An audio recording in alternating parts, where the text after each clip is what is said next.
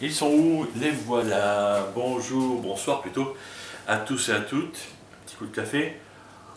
Peut-être que vous êtes en train de boire votre café aussi, ou votre tisane, ou votre thé. C'est super.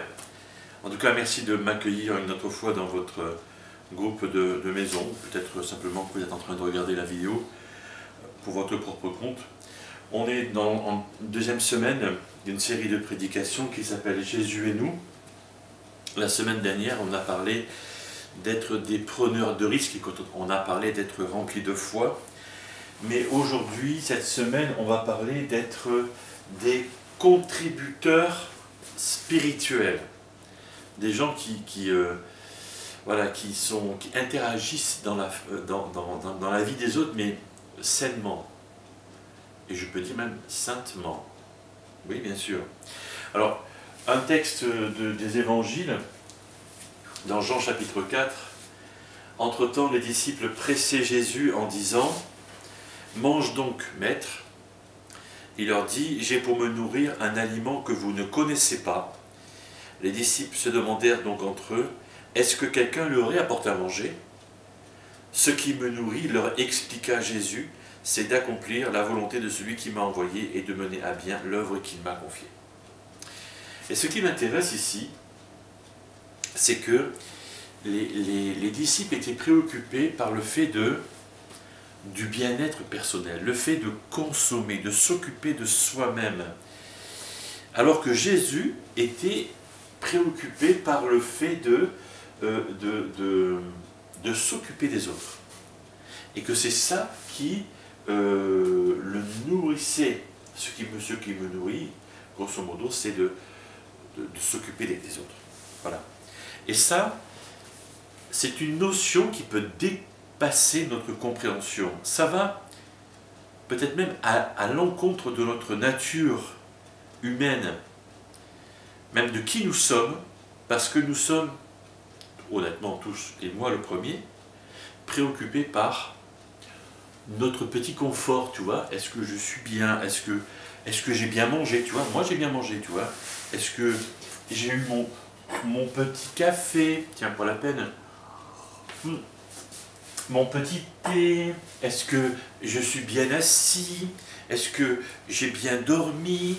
Est-ce que j'ai tout ce qu'il faut? Et tu vois, le confort. Le confort. La réalité de notre quotidien, c'est que beaucoup de gens sont égocentriques.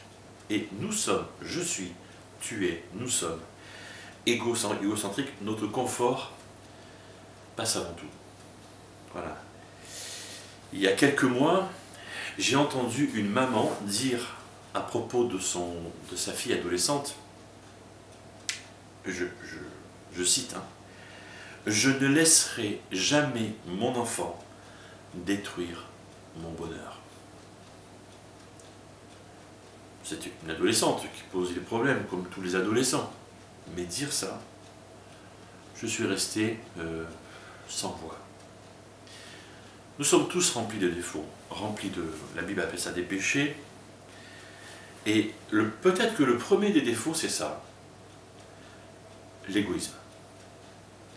Et les gens qui veulent nous vendre des choses l'ont très bien compris. Et ils ont très bien compris qu'ils peuvent faire de nous des consommateurs. Des gens qui pensent qu'à eux, donc ils peuvent nous vendre des choses, puisqu'on est prêt à acheter ces choses-là, on est prêt à penser à nous-mêmes. Et cette mentalité de consommation, hélas, envahit les églises locales. Et vous avez dû entendre, et peut-être dire aussi, mais c'est comme ça en fait, hein, c'est pas un reproche que je fais, c'est comme ça. C'est la phrase suivante. Je n'arrive pas à trouver une église qui me convient. Je n'arrive pas à trouver une église qui réponde à mes besoins. Je comprends ça en fait, hein, j'arrive à comprendre. Mais jusqu'à quel point c'est pas de l'égoïsme? Je pose la question. Je me garde de tout jugement, mais je pose la question. Ce qui est vraiment mis en valeur ici, c'est l'égocentrisme, le fait de penser qu'à soi-même. Et il faut faire attention que cet état d'esprit ne s'immisce pas dans nos églises locales. Et ici, Jésus dit, j'ai plus important à faire que de penser qu'à moi-même. Ne serait-ce qu'à manger, tu vois, c'est primaire manger et boire, tu vois. C'est basique. Jésus dit, je m'en fiche de ça. Je n'ai pas besoin de ça. Et je mange quand je m'occupe de l'autre. Waouh! Tu vois, c'est énorme. D'où cette déclaration que je vous propose. Nous ne sommes pas des consommateurs spirituels, mais nous sommes des contributeurs, c'est-à-dire des gens qui participent dans la vie de l'autre. Mais des contributeurs spirituels. Donc on veut apporter quelque chose de Dieu dans l'autre.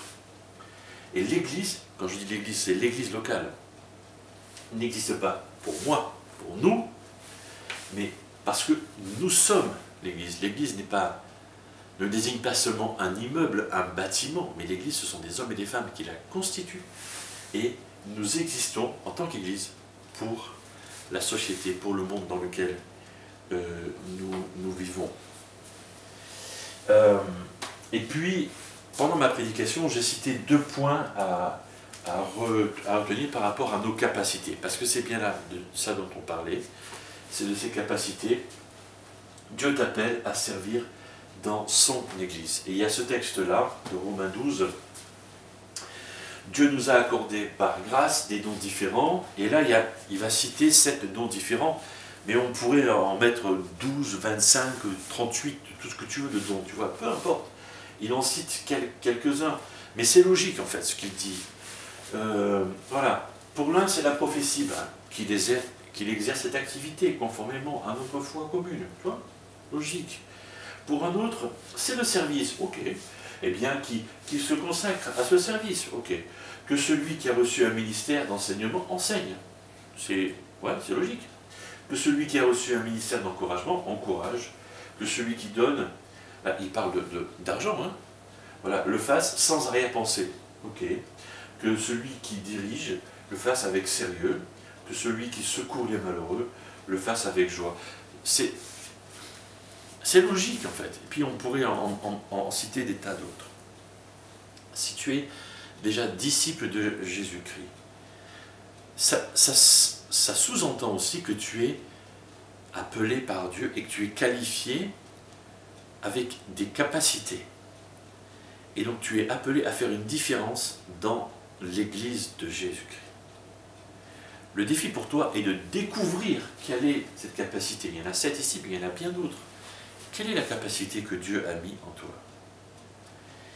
Et je t'invite à aller voir ton pasteur, si ce n'est pas moi, ça peut être quelqu'un d'autre, hein, à courir voir ton pasteur, comme l'a fait une dame hier après ma prédication. Elle m'a presque sauté au cou, elle est venue me voir et m'a dit j'ai besoin que tu m'aides à découvrir quel est mon ministère. Ok, on va le faire.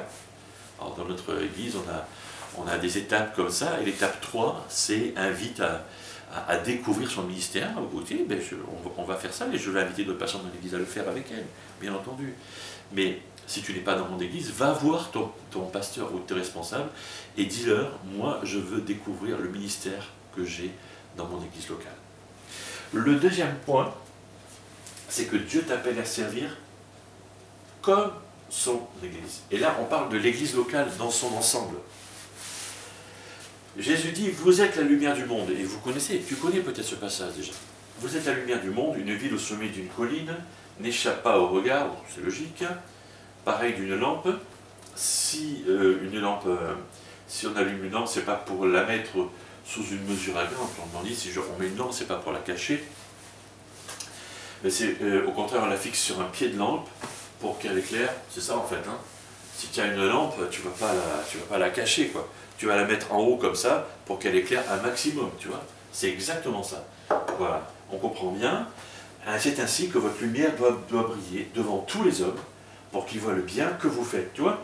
Pour qu'ils voient le bien que vous faites et qu'ils en attribuent la gloire à votre Père Céleste. Et là, nous, on bug. On bug. On est capable de faire du bien, tu vois. On va faire du bien à droite et à gauche. Et quand les gens vont dire « Ah, mais pourquoi tu fais ça ?» Parce que... Mais non.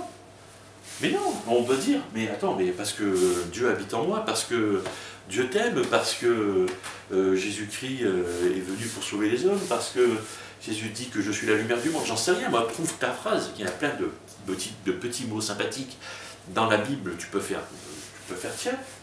Mais le but est d'attribuer la gloire à Dieu pour que cet homme-là, cette femme-là à qui tu as fait du bien, rende gloire à Dieu. Et c'est ça être la lumière du monde. C'est ça, c'est tout. Laisse les hommes, les femmes à qui tu fais du bien, voir ça. Et ils doivent poser la question, mais pourquoi tu t'inquiètes pour moi? Pourquoi tu t'impliques dans ma vie? Pourquoi tu me donnes de l'argent? Pourquoi tu as fait mes courses à ma place? Pourquoi tu t'occupes de mes enfants comme ça? Pourquoi tu fais mon jardin? Pourquoi? Voilà. Et tu peux dire, ben écoute, je fais ça parce que j'ai dans le cœur, Jésus habite en moi et voilà, et j'ai envie de servir les autres, tu vois. Ouais, t'as rendu gloire à Dieu. Super, alléluia, c'est super. Voilà. N'oublie pas, tu es la lumière du monde. Voilà, je m'arrête là parce que je vais pouvoir parler longtemps et je ne veux pas prêcher au travers de ces mini vidéos. Je vais reprendre mon café, arrêter l'appareil photo, vous souhaiter une bonne discussion entre vous et puis vous souhaiter une très bonne semaine. À bientôt.